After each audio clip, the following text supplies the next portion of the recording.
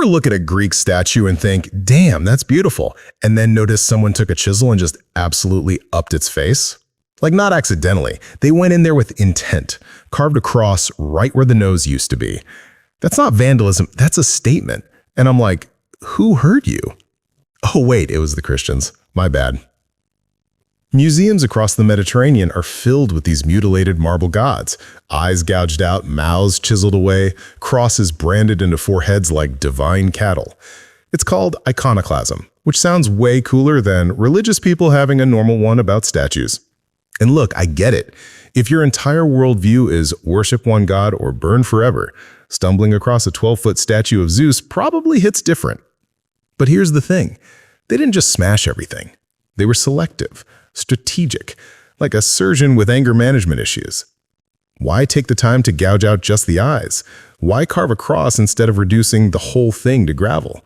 There's a logic here, and it's way more interesting than Christians mad, Christians smash. Let me tell you how the Greeks and Romans actually saw these statues, because it's not how we see them now. Walk into a museum today and you're looking at art, cultural artifacts behind glass. Maybe you nod thoughtfully and think about the craftsmanship. Very sophisticated. I appreciate the human form. But in antiquity, these things were alive. Not literally.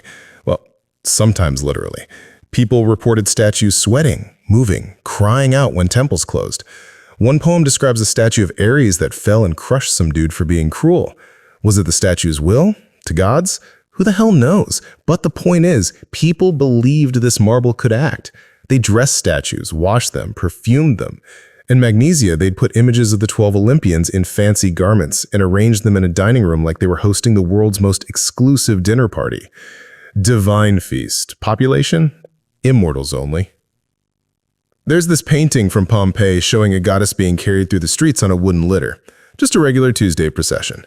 People touched these statues, embraced them, left offerings. In Sagalassos, worshippers placed little bronze feet at the base of Asclepius statues, probably grateful their actual feet still worked. Thanks for the heel, bro. This wasn't admiring art. This was a relationship. So when Christianity rolls in and sees this, they're not thinking nice sculpture, they're thinking demon hotel. Early Christians were absolutely convinced that pagan gods were actually demons wearing god costumes, like a Scooby-Doo villain situation. Every time someone made an offering to Zeus, they're basically feeding a demon. And you can't just ignore that. You can't coexist with what you believe is an active portal to hell sitting in the town square. But, and this is where it gets weird, Christians weren't anti-image in general. They painted all over their churches and catacombs, elaborate frescoes everywhere. They were fine with visual representation. What they couldn't stand were cult statues, the three-dimensional ones that people worshipped, that received offerings and rituals. Those had to go, or at least had to be neutralized.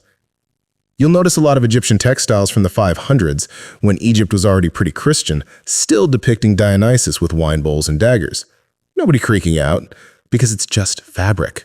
It's not receiving cult attention, but a standing statue in a temple, one people adorned and prayed to?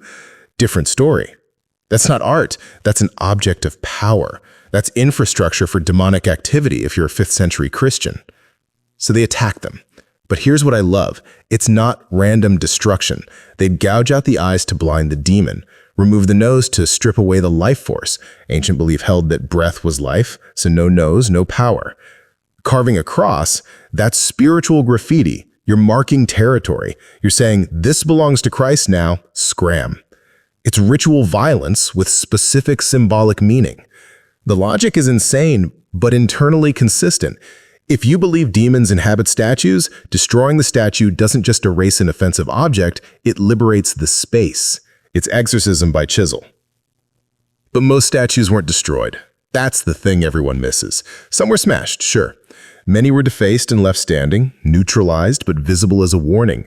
And a ton were just ignored, repurposed, incorporated into new buildings. Christians weren't running around on a total purge mission. They were negotiating. Christianization wasn't Rome pressing a button and boom, everyone's Christian. It was messy, uneven, contradictory as hell.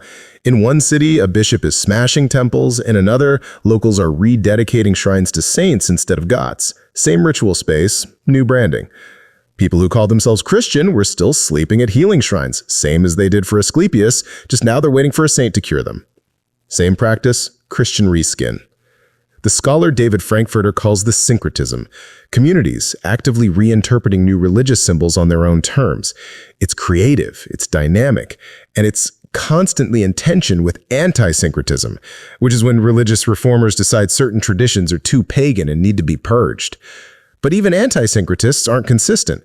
John of Damascus is out here defending Christian icons while simultaneously attacking pagans for using divine images. The mental gymnastics are Olympic level.